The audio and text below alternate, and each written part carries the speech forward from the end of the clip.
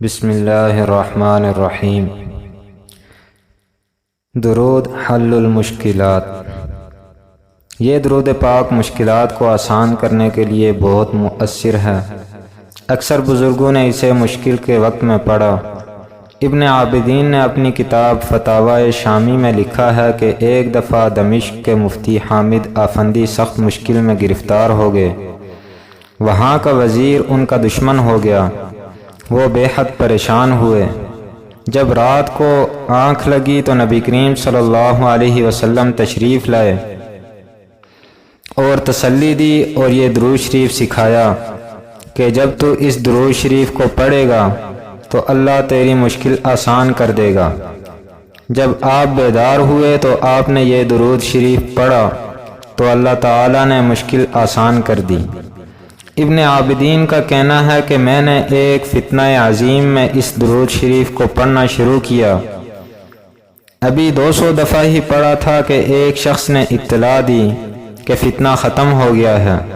ان کا کہنا ہے کہ مجھے یہ درود شیخ عبدالکریم کی کتاب سے ملا ہے۔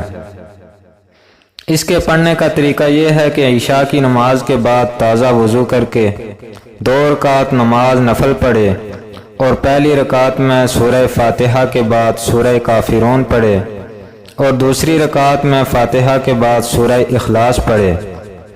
فارغ ہونے کے بعد ایسی جگہ پر جہاں سونا ہو وہاں جا کر قبلہ رخ بیٹھ کر 1000 دفعہ استغفار کرے، استغفر اللہ العظیم۔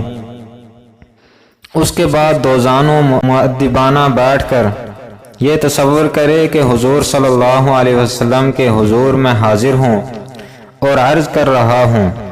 پھر درود شریف پڑھے 100 بار، 200 بار، 300 بار، یہاں تک کہ نیند کا غلبہ ہو جائے۔ پھر اسی جگہ قبلہ کی طرف منہ کر کے سو جائے۔